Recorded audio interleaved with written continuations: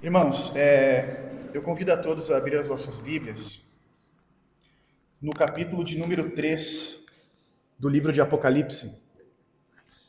Eu tinha comentado com os irmãos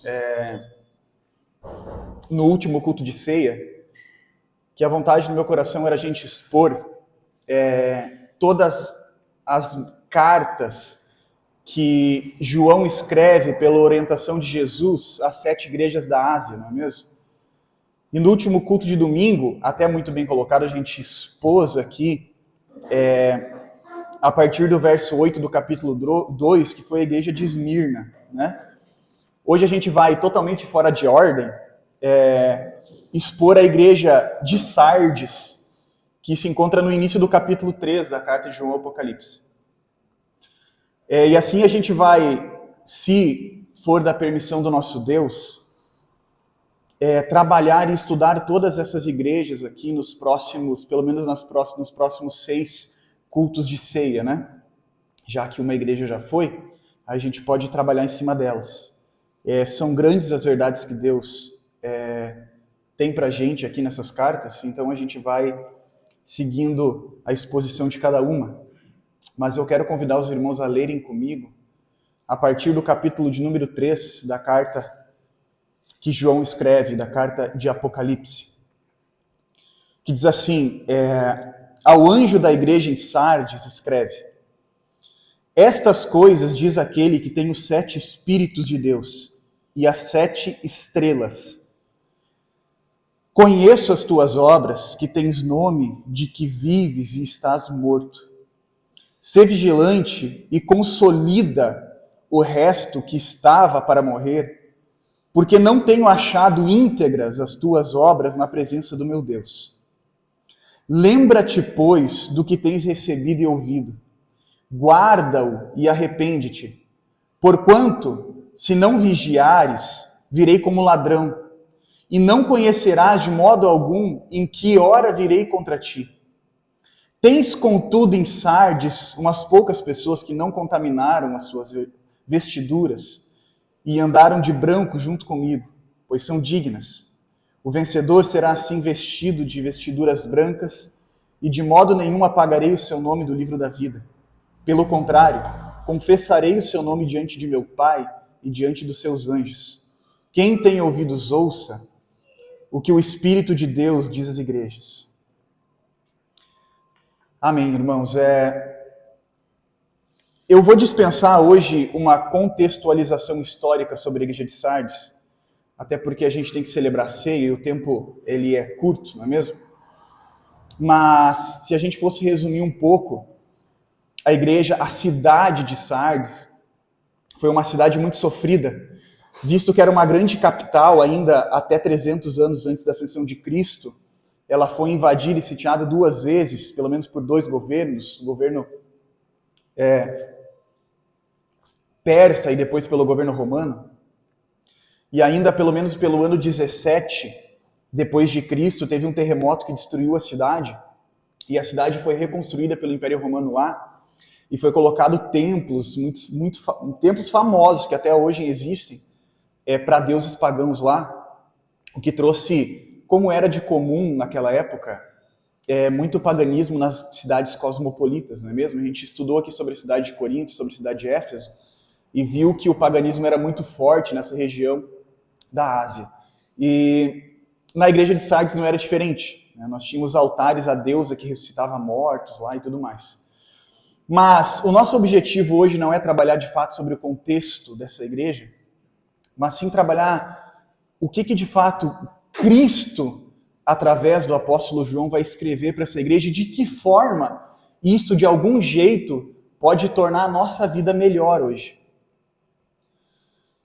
Então, de forma muito comum, Cristo vai escrever, e eu falo Cristo porque João está num arrebatamento de sentidos, e escrevendo exatamente o que Cristo pede para ele escrever, ele vai dizer assim: ao anjo da igreja em Sardes escreve, e quando a gente expôs aqui a carta que é escrita à igreja de Esmirna no capítulo anterior, a gente vê que essa é a forma como ele abre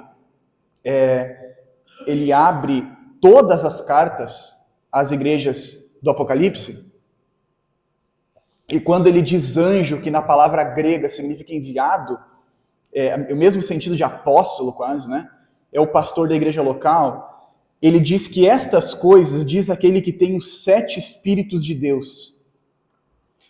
E o que significa isso? Como que a gente pode de fato trabalhar nesse texto para entender a profundidade de uma carta com 6 versículos que Cristo escreve para uma igreja?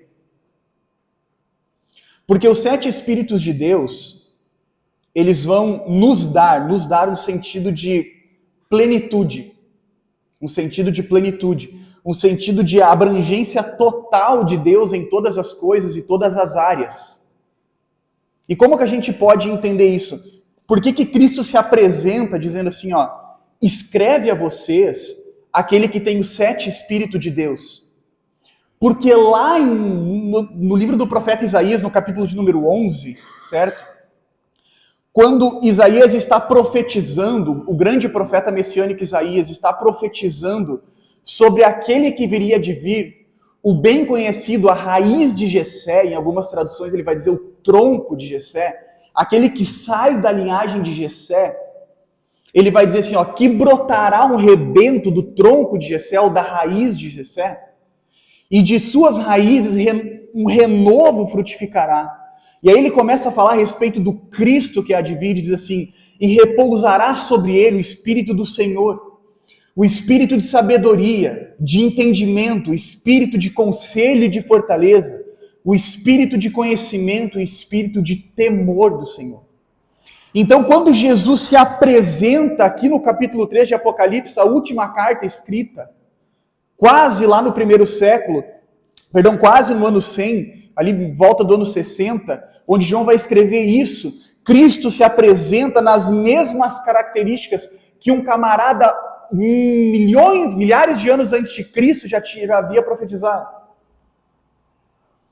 E ele vai dizer assim, esse profetizado lá pelo profeta Isaías, que possui os 7 Espíritos, porque Isaías vai continuar e vai dizer assim, que tem o espírito de temor do Senhor e não julgará segundo a vista dos seus olhos, nem repreenderá segundo o ouvido de seus ouvidos, mas julgará com justiça os pobres e repreenderá com equidade os mansos da terra, e ferirá a terra com a vara de sua boca, e com o sopro dos seus lábios matará o ímpio, e a justiça será o cinto dos seus lombos, e a fidelidade o cinto dos seus rins. E aí Isaías vai fazer uma profecia em 2 camadas, porque ele vai falar tanto a respeito da ascensão de Cristo quanto sua volta, quando ele fala que matará os ímpios com o sopro dos seus lábios, aí nós vamos trazer referência para o livro de Apocalipse também, mas Jesus se apresenta agora no capítulo de número 3 de Apocalipse, com as mesmas características de completude e de plenitude que Isaías vai profetizar lá milhares de anos antes, não é mesmo? E eu comentava até com o Gia ontem o quanto isso é maravilhoso, né?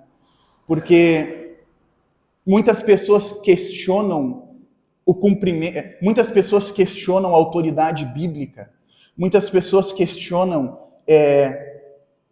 a veracidade bíblica. E eu pergunto para essas pessoas se a fé delas é baseada em qual tipo de cumprimento. Porque se você não acredita em Jesus, irmãos, vocês não, né? Vocês estão aqui. Mas se o camarada não acredita em Cristo, e na fidelidade, na veracidade das Escrituras, eu pergunto, sobre o que tu acredita, qual é o cumprimento? Porque nas Escrituras nós temos muitos cumprimentos de pessoas falando milhares de anos antes sobre coisas que aconteceram exatamente igual. Se a gente pega o capítulo 53 do profeta Isaías e analisamos o caminho do Gólgota, que Cristo passa, no Monte da Caveira, é exatamente o que Isaías profetiza. Quando nós pegamos profetas profetizando a respeito da invasão do rei persa, que tira o povo da escravidão da Babilônia, 400 anos antes é exatamente igual. Os cumprimentos das Escrituras nos abrocham em reforço à nossa fé, porque aqui, milhares de anos depois, Jesus se apresenta da mesma forma como Isaías vai profetizar sobre ele, e vai falar para a igreja assim, esse mesmo Deus que Isaías profetizou há tanto tempo atrás, esse fala com vocês hoje.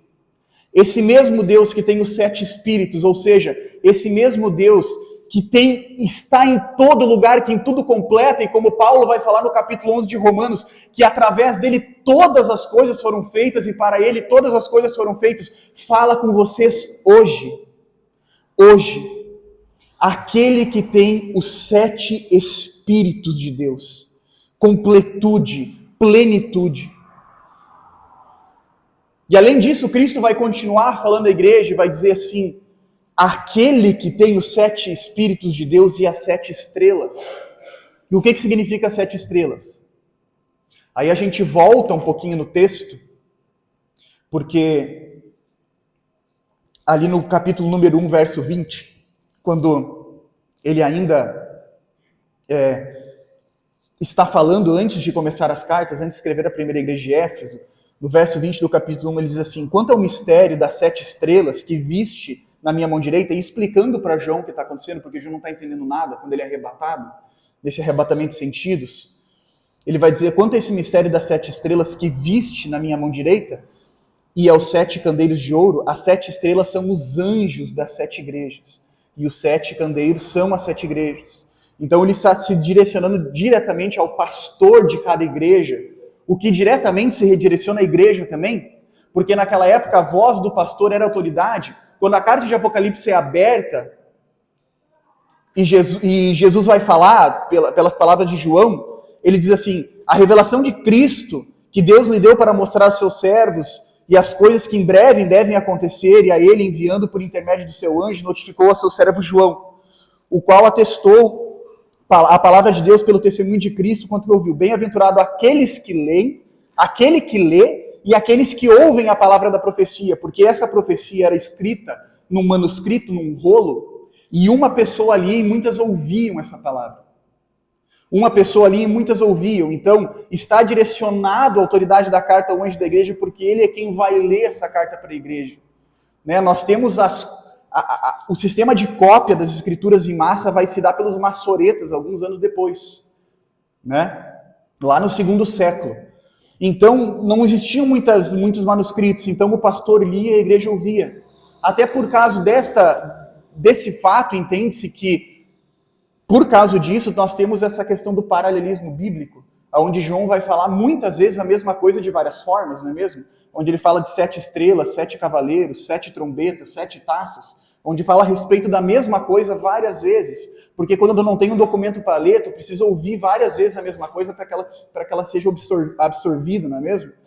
Então ele vai dizer assim, ó, esse Cristo que está em tudo, contempla tudo, que tem os 7 Espíritos e tem a igreja na mão, fala com vocês hoje.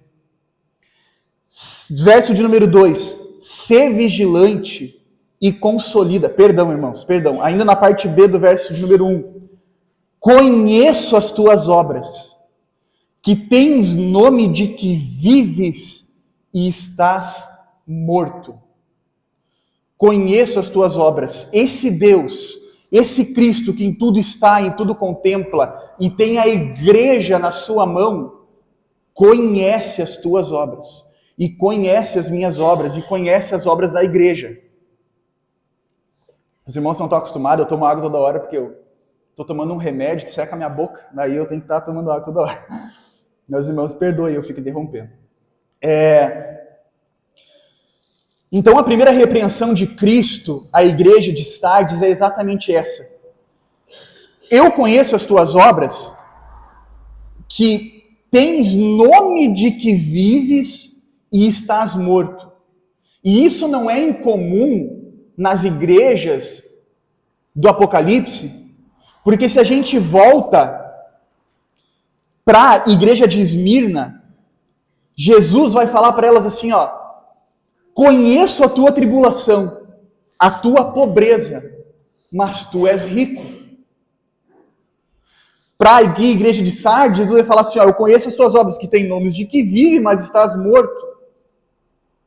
Para a igreja de Laodiceia, que a gente vai expor, Jesus fala assim, ó, conheço as tuas obras, que não és nem frio nem quente. Quem dera fosse frio ou quente, mas és morno, e por causa disso vomitar cheira a minha boca e tal. O que a gente entende disso, irmãos? É exatamente isso aqui, a integralidade da vida cristã. E a gente busca fazer, pelo menos todo culto de ceia, uma pregação um pouco mais temática, apesar de não fugir de um sistema expositivo, porque é exatamente isso que Cristo está falando hoje. Que a nossa fama, a nossa reputação, nem sempre vai ser a mesma aqui e no céu. E o que importa é a nossa fama no céu. Porque elas nem sempre serão as mesmas. Veja a igreja de Esmirna. Porque na igreja de Esmirna, julgada como uma igreja pobre, não é mesmo? Uma igreja fraca, uma igreja adoecida, uma igreja que passava por vários problemas. Eu expus aqui no culto de ceia passado, que era uma igreja extremamente perseguida por causa do nome de Cristo. Até porque o próprio Cristo vai falar para ela, olha, não temas as coisas que tem de sofrer. E eis que o diabo irá lançar alguns de vós na prisão e vocês vão morrer. Mas veja bem, essa pobreza, essa fama que vocês têm aqui, não é verdadeira, porque tu és rica. Tu és uma igreja rica. A fama que a igreja de Esmirna tinha na terra não era a mesma que ela tinha no céu. O status que ela tinha na terra não era a mesma que ela tinha no céu. E agora Jesus vai te direcionar do mesmo sentido, só que de forma inversa, para a igreja de Sardes, vai dizer assim, ó, o pessoal aí entende que vocês estão vivos, mas eu sei que vocês estão mortos.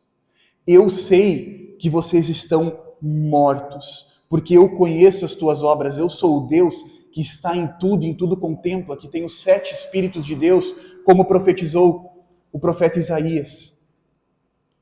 O Deus que está em tudo, em todos, e que é infinito em conhecimento, conhece as tuas obras. O salmista Davi, lá no Salmo 147, vai dizer que grande é o Senhor e soberano, e tremendo é o seu poder, e é impossível medir o seu entendimento.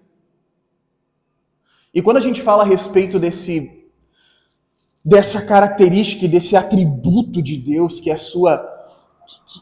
a sua onisciência, sua onipotência, não é mesmo? Na verdade, no judaísmo existem vários onis, né?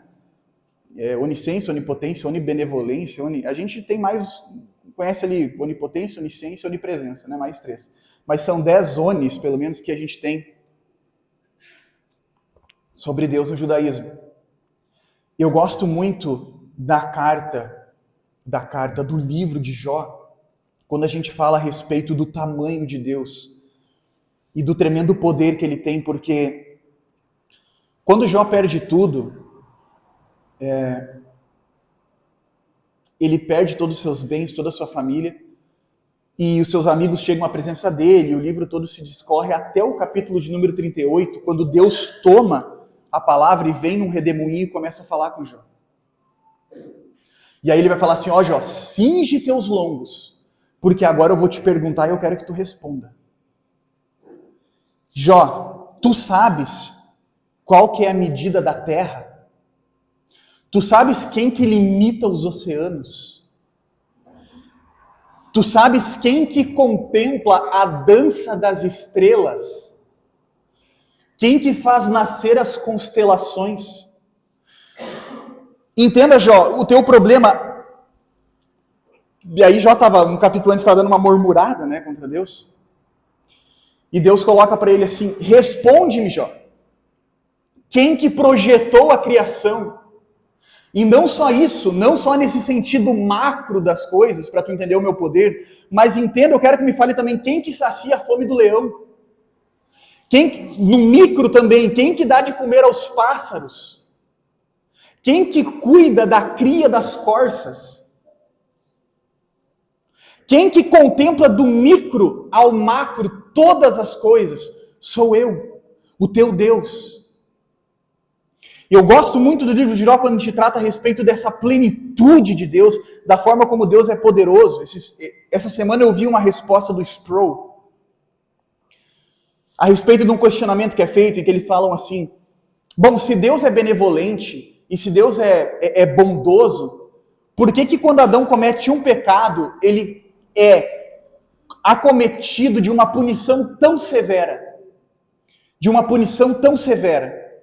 Se Deus é bondoso, se Deus é tardio em se irar, por que na hora que Adão comete um pecado, Adão e Eva cometem um pecado, eles tomam uma punição tão severa? Né? Porque eu já falei aqui que teologicamente há um abismo entre o Adão e o Adão caído, que não se pode comparar. E o Sproul suspira e fala assim, tão severa, vocês estão vivos até hoje. O salário do pecado é a morte. E Deus ainda permitiu que Adão vivesse muitos anos.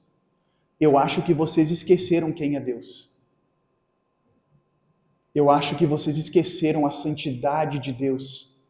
Que como o profeta Isaías vai falar, triuno santo. E é exatamente a forma como Cristo se apresenta. Eu sou aquele que tem os 7 Espíritos de Deus, que está em tudo, em todos e todas as coisas contemplas, e eu conheço as tuas obras, e sei que a reputação de vocês é de quem vive, mas na verdade vocês estão mortos. Eu conheço as tuas obras, de que vive e está morto. E ele vai trazer à igreja a consciência de que a vida cristã precisa de integralidade. Integralidade. Por que vive e estás morto? A gente subentende aqui no texto de que em algum momento esses camaradas estiveram vivos. Em algum momento eles oraram com sinceridade a Deus. Em algum momento eles adoraram com sinceridade a Deus. Em algum momento eles foram sinceros nas suas esmolas. Em algum momento eles foram sinceros no seu proceder, na sua conduta, na sua benevolência, na sua piedade. Só que em algum momento também eles se perderam. E aí ficou só a capa. Ficou só a capa.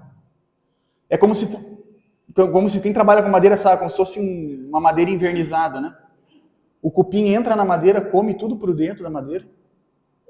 Mas quando chega na resina ali, no verniz, ele não come. Aí você olha por fora, é uma madeira bonita, tu bota o dedo assim, fura, tá oca por dentro. De que tem nome de que vives, mas estás morto. E é essa vida dupla, essa vida que não possui integralidade, que Cristo vai combater contra essa igreja aqui. E sabe o que é mais interessante, irmãos? É como se a gente quisesse brincar de esconde-esconde com Deus, né?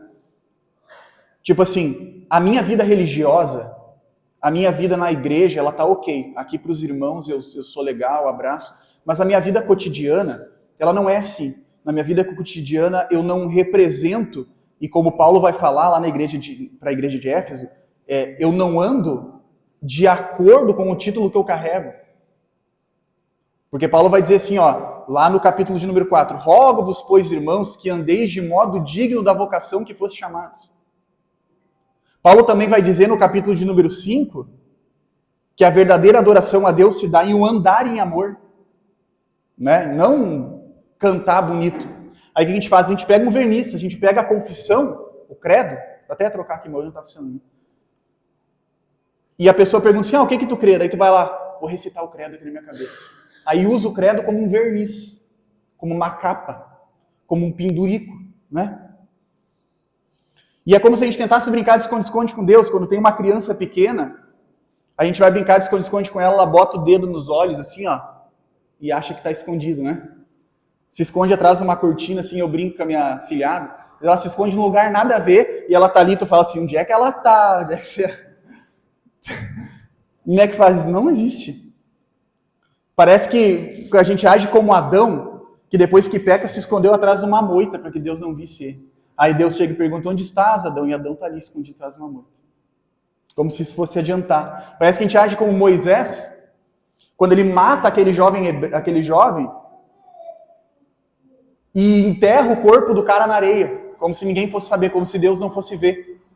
Ou a gente age como Davi, que escreve uma carta lá para o general, para que a morte de Urias parecesse uma baixa de guerra, como se Deus não fosse saber. A gente age como Pedro, que quando Jesus volta ressurreto na praia, no mesmo lugar onde eles se encontraram, os discípulos saltam enquanto Jesus e Pedro pegam a capa e pro lado do barco, com vergonha de ter negado a Cristo, como se Cristo não fosse saber que ele estivesse lá. Então a gente brinca de esconde-esconde com Deus, achando que da igreja dá para viver uma vida legal, amando os irmãos, e lá fora ver de qualquer jeito. Afinal, eu não vejo, né? A gente não vê, que os irmãos não veem. Mas Deus vê, irmãos. Venham comigo em leitura no Salmo de número 139.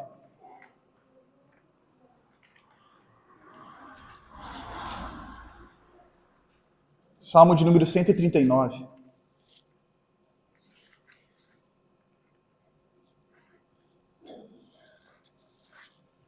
O salmista Davi vai falar um pouquinho a respeito disso. Porque isso não é uma verdade que vem de hoje. Quantos irmãos acham que eu tomo mais um gole de água? Salmo de número 139. Senhor, tu me sondas e me conheces. Sabe quando me assento e quando me levanto. De longe penetra os meus pensamentos, esquadrinha o meu andar e o meu deitar e conhece todos os meus caminhos. Ainda a palavra não me chegou à língua e tu, Senhor, já a conhece toda. Tu me cercas por trás e por diante, sobre mim põe as mãos. Tal conhecimento é maravilhoso demais para mim. E é sobremodo elevado, não posso atingir. Para onde me ausentarei do teu espírito? Para onde fugirei da tua face? Se subo aos céus, lá estás. Se faço minha cama no mais profundo do abismo, lá estás. Se tomo as asas da alvorada e me detenho nos confins dos mares, ainda lá haverá de me guiar a tua mão, e a tua destra me susterá. Se eu digo, as trevas com efeito me encobrirão, e a luz ao redor de mim se fará noite, até as próprias trevas não te serão escuras. As trevas e a luz são as mesmas coisas para ti. Para Deus não tem dia nem noite. Então não é como se a gente pegasse assim, agora eu vou me esconder no escurinho. Para Deus não tem. É a mesma coisa. Luz e trevas para Deus é a mesma coisa. E da mesma forma como o salmista Davi coloca isso, Deus fala para a igreja de Sardes: eu conheço as tuas obras. E eu sei, as pessoas que andam ao vosso redor não sabem. As pessoas que andam com você, que estão com você na igreja uma vez por semana ou 2 vezes por semana, elas não sabem, mas eu sei que dizes que vive, mas estás morto. E sabe o que é o mais interessante? Tem como a gente se esconder de uma pessoa que está em todo lugar? Não tem, né? Mas a pessoa que começa a viver uma vida de cinismo cristão, uma vida sem integralidade, ela começa a achar que pode. Ela vira aquela criança que bota os dedos na frente dos olhos e acha que está escondida. Se Deus está em todo lugar, como que a vida dúbia, como que uma vida sem integralidade pode estar, e essa parte ruim, né, vamos dizer assim, que bem que a outra parte também não é boa, né? Mas essa minha vida cotidiana que ninguém vê, como que ela pode estar escondida de Deus se Ele está em todo lugar? E o cinismo e essa falta de integralidade nos tira essa consciência. A falta de integralidade na vida cristã nos tira exatamente essa consciência de que não tem como a gente esconder nada de Deus. Só que a gente se convence do que é mentira e acha que como uma criança que bota os dedos na frente dos olhos numa brincadeira de esconde-esconde, durante a semana, fora dos cultos, quando ninguém está vendo, eu posso fugir do olhar de Deus. E Cristo vem dizer: conheço as tuas obras e sei que dizes que vives, mas estás morto. Morto. E ele vai continuar do verso 13 dizendo assim, ó: sê vigilante e consolida o resto que estava para morrer, porque não tenho achado íntegras as tuas obras na presença de Deus. A palavra íntegro aqui no grego significa na primeira tradução possível, significa completo. É exatamente o assunto que a gente está tratando aqui. É uma obra, ela vai abordar também o sentido de integridade, no sentido do nível de honra da obra, né? Porque a gente vai tomar 2 sentidos aqui, o sentido de que do porquê que eu faço a obra, Então eu posso fazer uma obra sem integridade quando eu faço para aparecer, por exemplo, né? Então eu venho aqui, prego e tal, mas eu não quero que Deus seja glorificado e que a igreja seja edificada. O que eu quero é aparecer. Eu quero é fazer um discurso cheio das palavras bonitas e tal. Então a minha obra é sem integridade, porque ela está dentro do sentido errado. E a obra sem completude, que segue o mesmo sentido da palavra, é aquela obra que aqui se faz bem, mas lá na minha casa não acontece. É aquela obra que aqui eu pago de marido legal, mas lá na minha casa não acontece. É uma obra que não está completa pela metade, né? É uma obra que Cristo não tem achado íntegra. E é isso que ele vai dizer no capítulo número 2. Aí ele continua dizendo assim, ó: lembra-te, pois, do que tens ouvido e recebido, guarda-o e arrepende-te. Porquanto se não vigiares, virei como ladrão, e não conhecerás de modo algum em que hora virei contra ti. E deixa eu dizer uma coisa para vocês, irmãos, talvez eu desfaça uma coisa que você tenha na sua cabeça, que em algum momento você aprendeu, mas Cristo não virá como ladrão para a igreja. Não virá. É só a gente reler o texto. Lembra-te, pois, do que tem ouvido e recebido, e guarda-te e arrepende. Porquanto, se não vigiares, virei como ladrão, e não conhecerás de modo algum em que hora virei contra ti. Paulo escreve lá em 1 Tessalonicenses 5, e ele diz assim: irmãos, em relação a tempos e épocas, não há necessidade que eu vos escreva, pois vós mesmos estáis inteirados com precisão de que o dia do ladrão vem como, que o dia do Senhor vem como ladrão à noite. Quando andares dizendo paz, segurança, eis que lhe sobrevirá repentina destruição, como vem as dores de parto a quem está para dar à luz, e de modo algum escaparão. Agora ele continua dizendo assim: mas vós, irmãos, não estáis em trevas para que esse dia como ladrão vos apanhe de surpresa. Porquanto vós todos sois filhos da luz, e os filhos do dia não são como a noite, nem como as trevas. Assim, pois, não durmamos como os demais, pelo contrário, vigiemos e sejamos sóbrios. Então, deixa eu dizer uma verdade para você. Cristo só vem como ladrão para a sua vida se você viver como a igreja de Sardes, que diz que está viva, mas está morta. Que na igreja, e aí se a gente fazer uma conexão com 1 Tessalonicenses 5, que na igreja parece vivo, mas na vida cotidiana está dormindo. E quando Jesus chegar, vai vir como ladrão. E quando Jesus chegar, não vai ter azeite na botija, como aquelas virgens que ficaram para trás. E o problema é que depois que ele vem, ele volta, a porta fecha e não tem mais o que fazer. Então ele vai dizer assim: guarda o que vocês têm ouvido e aprendido e arrepende-te, porquanto de fato, se isso não acontecer, sobrevirei sobre ti como um ladrão à noite, sem esperar, sem saber. E aí o que Cristo vai dizer à igreja assim, e pode estar dizendo para mim e para você hoje: eu não sei se você está com dificuldade de viver a integralidade da vida cristã, se está difícil a coisa lá no mundo, e eu sei que é difícil. Eu sei que o testemunho de Cristo é custoso, mas se vocês estão ouvindo essa palavra hoje pela manhã, vocês têm a oportunidade de guardar ela no coração, para que quando eu voltar a ter convosco, seja um momento de alegria e não de tristeza. E eu já falei aqui outras vezes, a volta de Cristo, irmãos, ela vai ser um sentimento dúbio na humanidade, porque as Escrituras dizem que quando Cristo voltar, todo joelho se dobrará. Todo joelho se dobrará. Alguns se dobrarão diante de Cristo por causa da glória que será representada e reconhecerão Cristo como autor da sua fé, como diz as Escrituras. Outros, porque terão as rótulas dos seus joelhos quebradas por aquele que rege a humanidade com vara de ferro. E Cristo está dizendo para nós amanhã: guarda-te, guarda o que vocês têm recebido. Sabe, não venham até a igreja, comunguem, amem uns aos outros, aprendam da minha palavra, e na primeira oportunidade, segunda, vocês esquecem daquilo que vocês têm aprendido. Guardem a minha palavra, o que vocês têm recebido e ouvido, e arrependam-se, para que esse dia não sobrevenha com vocês como um ladrão.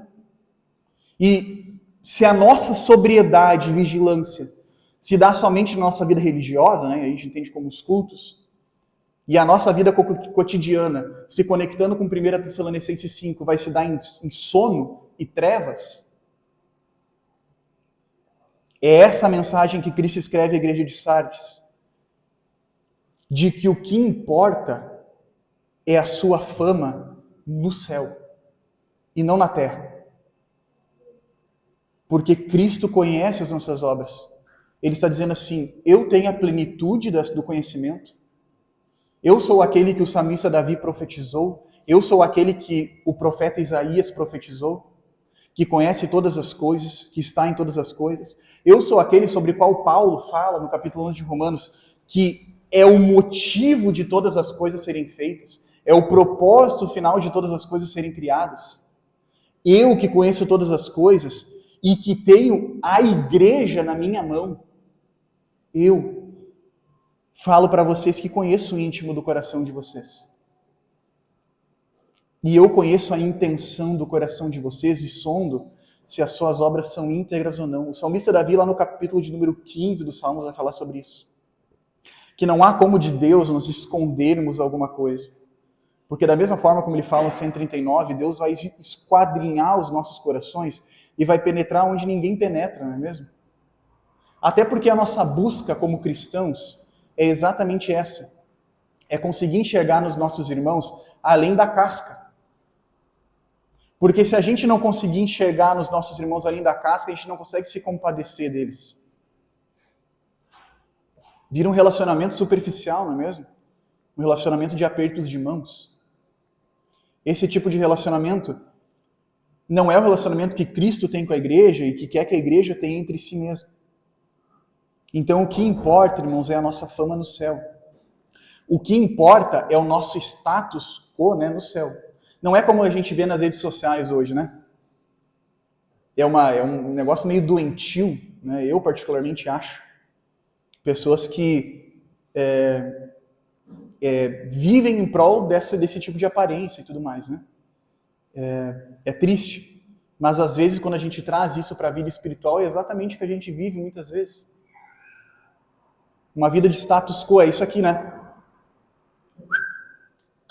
Fechou, agora estou vestido da armadura e agora ninguém me para, né? Botei a Bíblia aqui, já sou batizado, já tomo ceia, já li o catecismo, já faço a confissão de fé, posso até expulsar demônio agora, né?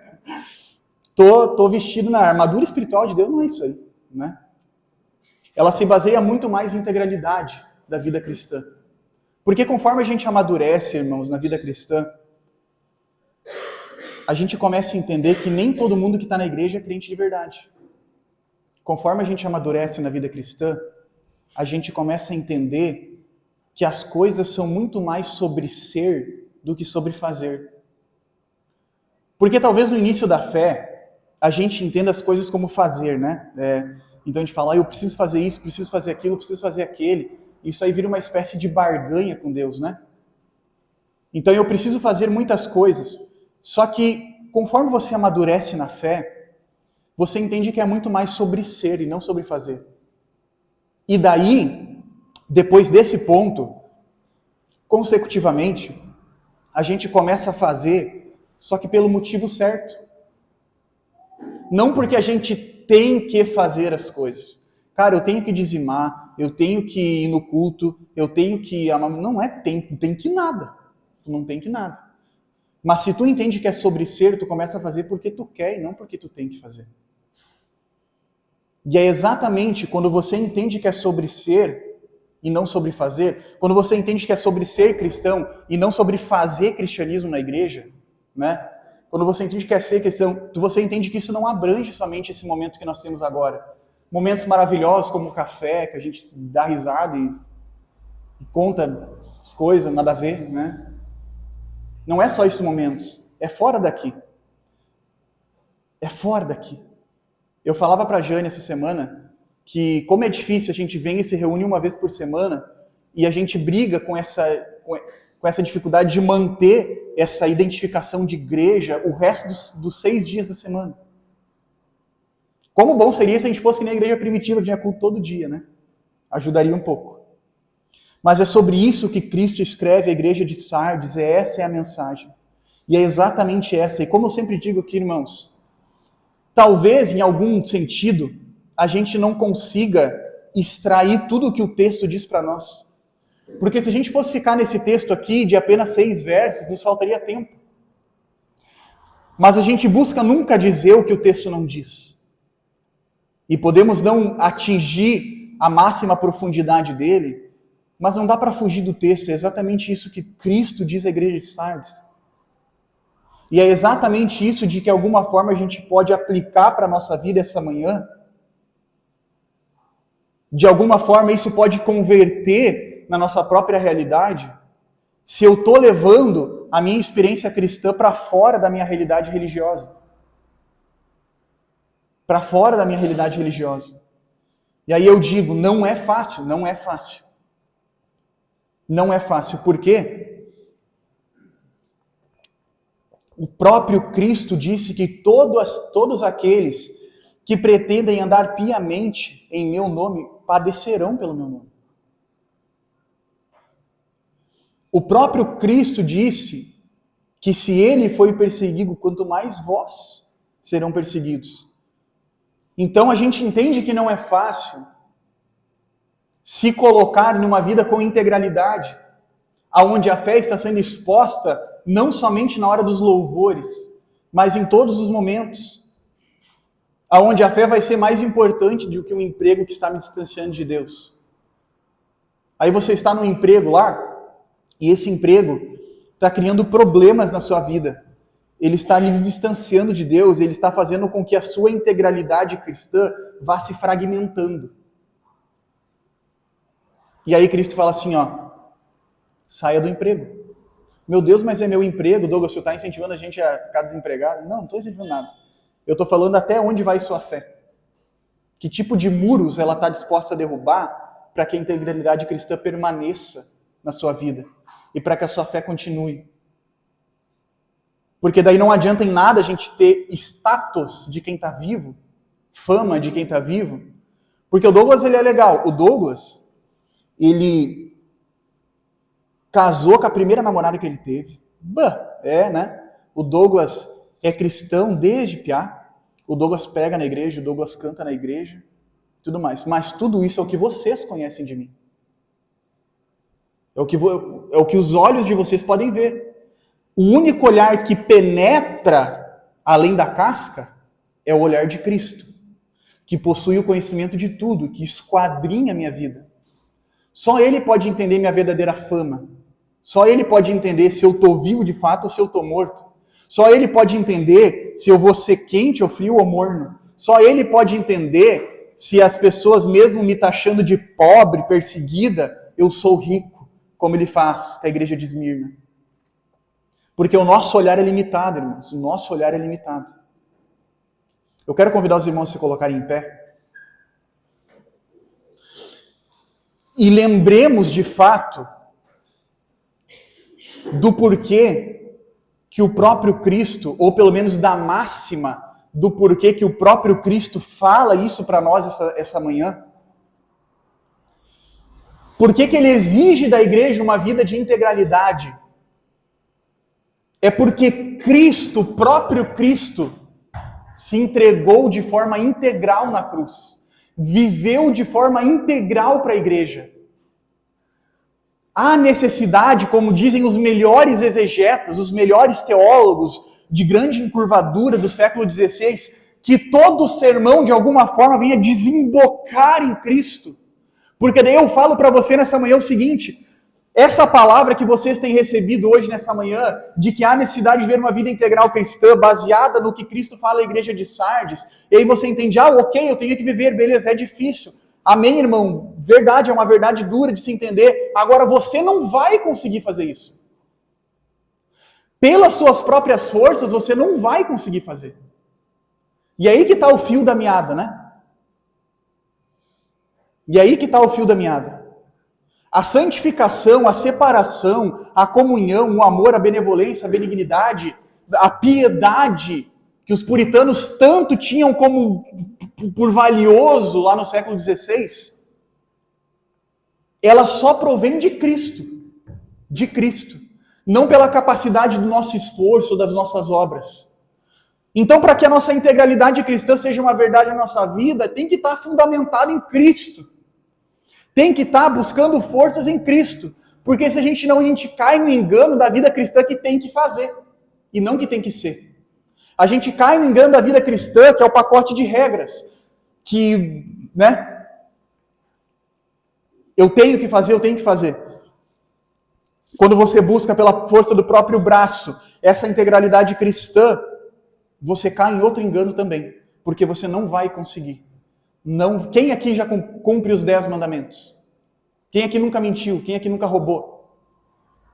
Ninguém consegue. Essa integralidade cristã só se dá por Cristo na cruz, porque ele veio para os seus e os seus não o receberam, mas tantos quantos o receberam, foi-lhe dado o direito de serem chamados filhos de Deus. Completos em Cristo, agora são filhos de Deus. Então, se o sacrifício foi integral, não há espaço para uma vida parcial. E é isso que Deus fala para nós essa manhã, irmãos. Eu quero vocês por inteiro.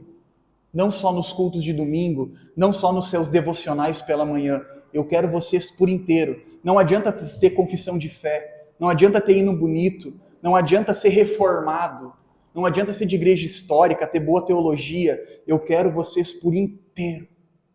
Que nós possamos ouvir, como Paulo vai falar no verso de número 6, o que o Espírito de Deus nessa manhã diz à igreja.